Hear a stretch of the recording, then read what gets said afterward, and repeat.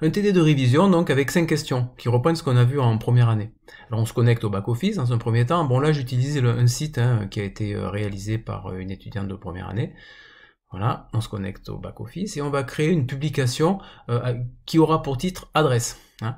C'est une publication qui est pérenne, puisque l'adresse ne change pas tous les jours, donc on va plutôt utiliser une page.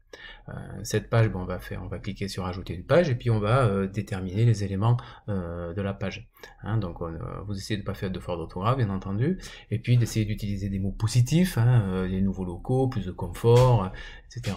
Les locaux changés. Et puis, ce qui est bien quand même sur ces publications, à chaque fois, c'est essayer de les agrémenter, que ce soit de vidéos, d'images, les personnaliser. Donc là, ici, on peut télécharger une image, c'est-à-dire téléverser, c'est-à-dire on prend une image qui est sur notre PC et puis on va la télécharger sur le WordPress. On peut le faire, on peut essayer de faire un article, faire une page qui soit un petit peu attrayante, avec des mots positifs, fonctionnels, neufs, locaux neufs, et puis on va toujours ajouter des images qu'on peut téléverser, c'est-à-dire qu'on va les chercher sur le PC. On peut parler aussi des horaires, pourquoi pas. Voilà, on va parler des horaires, puisque c'est une information importante, toujours avec des mots positifs. Et puis, au niveau de ce document, de cette page, il y a différentes options que l'on peut compléter. Par exemple, si l'adresse URL de la page ne nous plaît pas, on peut la modifier. Ici, on va l'appeler nouvelle adresse. On peut aussi définir une image mise en avant, de façon à agrémenter le site. On va choisir cette fois dans les médias une image qu'on a déjà téléchargée, pourquoi pas, et on va en profiter pour bien compléter toutes les rubriques qui vont permettre un meilleur SEO, puisque l'image sera bien définie pour les moteurs de recherche.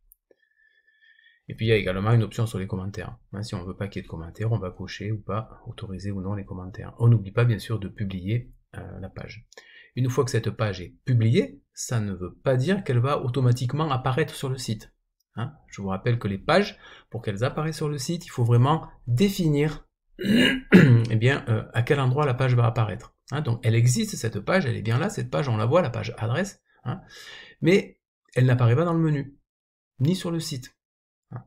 Donc il va falloir qu'on arrive à trouver un moyen pour la faire apparaître. Donc une des solutions, c'est de modifier la page d'accueil, c'est-à-dire nous on veut qu'elle apparaisse en page d'accueil, donc on va aller dans Apparence, Personnaliser, et puis dans Personnaliser, on va cliquer sur Modification, Réglage de la page d'accueil. Cette page d'accueil, elle peut se régler ou sur des articles ou sur une page que l'on aura prédéfinie. Nous, on va définir cette page comme étant la page adresse. Et à chaque fois que l'internaute va se connecter au site, USI Salaire, c'est ici, à chaque fois qu'on va faire l'essai ici, à chaque fois qu'il va se connecter au site, il va tomber directement sur la page qui va s'appeler adresse. Cette page va s'afficher correctement. On peut aussi la faire apparaître dans le menu. D'accord? Alors à ce moment-là, c'est pas apparence personnalisée, mais ça va être apparence menu.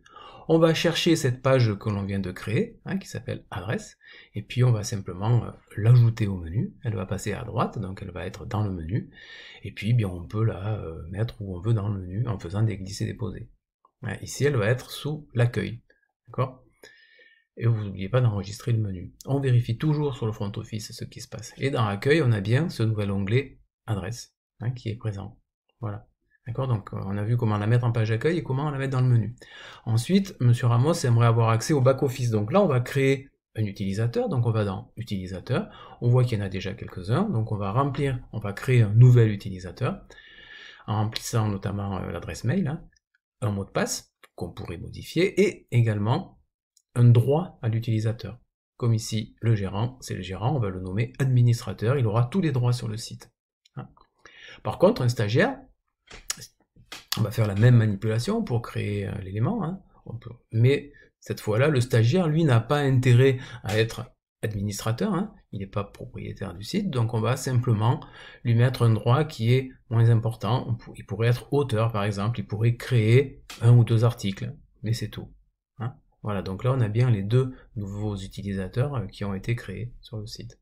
La dernière question, c'est au niveau du contact. Donc si on veut qu'il y ait un élément contact dans le widget, dans pied de page, pardon, on peut le mettre en termes de widget.